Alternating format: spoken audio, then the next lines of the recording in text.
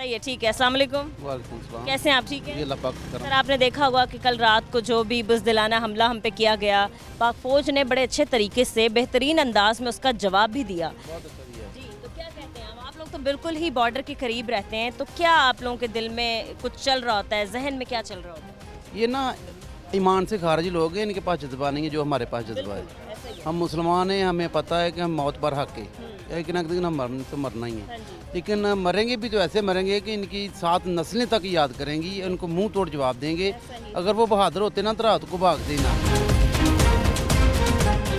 और रात के अंधेरे में ना करते, फिर सबसे बड़ी बात। अंधेरे में ना करते, आए गीदड़ की तरह आए, और गीदड़ की तरह आए तो हमारे शेरों ने जब उनको झपटा मार दिया है, तो झपटा मार के उनको ऐसा जवाब दिया है कि वो अपने बच्चों को तो क्या अपनी नस्लों को बताएंगे कि इनकी तरफ आंख उठा के भी नहीं देखना। बिल्कुल ऐसी है, कुछ छोटा मोटा हम पे हमला किया जिसका हमने भरपूर जवाब दिया, और फिर उसके बाद हमें कई उनके इलाकों में जो है वो सफ़ेद परचम लहराता हुआ नजर आया, जिसका मतलब ये कि उन्होंने अपनी शिकस्त तस्लीम कर ली, हार मान गए। कर लिए तो हमारे जवान अभी भी उधर कैम है, हम भी अल्हम्दुलिल्लाह पाक आर्मी और रेंजर के साथ हैं। बिल्कुल ऐसा ही है सर। आपको याद होगा कि जब अभिनंदन वाला वाकया हुआ था तो मोदी सरकार ने बड़े ही अफसोस से एक बात कही थी कि जी अगर हमारे पास राफेल तैयारा होता तो हम ये करते, हम वो करते, और फिर हमने बड़े अच्छे अंदाज में उनको चाय भी सर्व की थी, बड़े अच्छे तरीके से चाय पिला के भेजा था।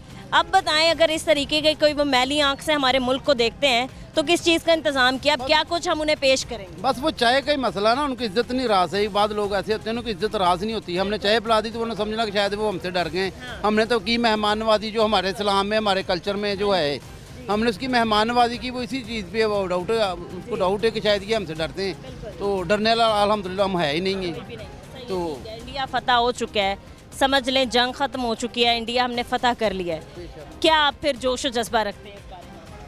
मोदी का क्या हाल करेंगे? मोदी का तो हम बहुत बुरा हाल करेंगे, वो तो हम जानते हैं, वो और हमारा खुदा जानता है। हमारा तो ये कुछ टुकड़े टुकड़े करके ना अपने जो पालतू कुत्ते वगैरह रखे हुए ना उनको खिलाएंगे। ठीक है, मोदी के टुकड़े करके अपने पालतुओं को खिला देंगे। सही है। अस्सलाम वालेकुम जी, कैसे हैं आप? ठीक है, शुक्र है अल्लाह का। देखा है कल रात आपने किस तरीके से बुज़दिलाना हमला हम पे करने की कोशिश की भारत ने, और फिर हमने दिन में ही जवाब दिया उनको, और ईंट से ईंट बजाई। उनके राफेल तैयारे जो कि बड़े पैसों में उन्होंने ख़रीदे थे वो गिरा दिए। बिल्कुल ऐसा ही है। बाकी इंशाल्लाह ताला हम रात को भी फुल तैयार थे, अब भी तैयार है।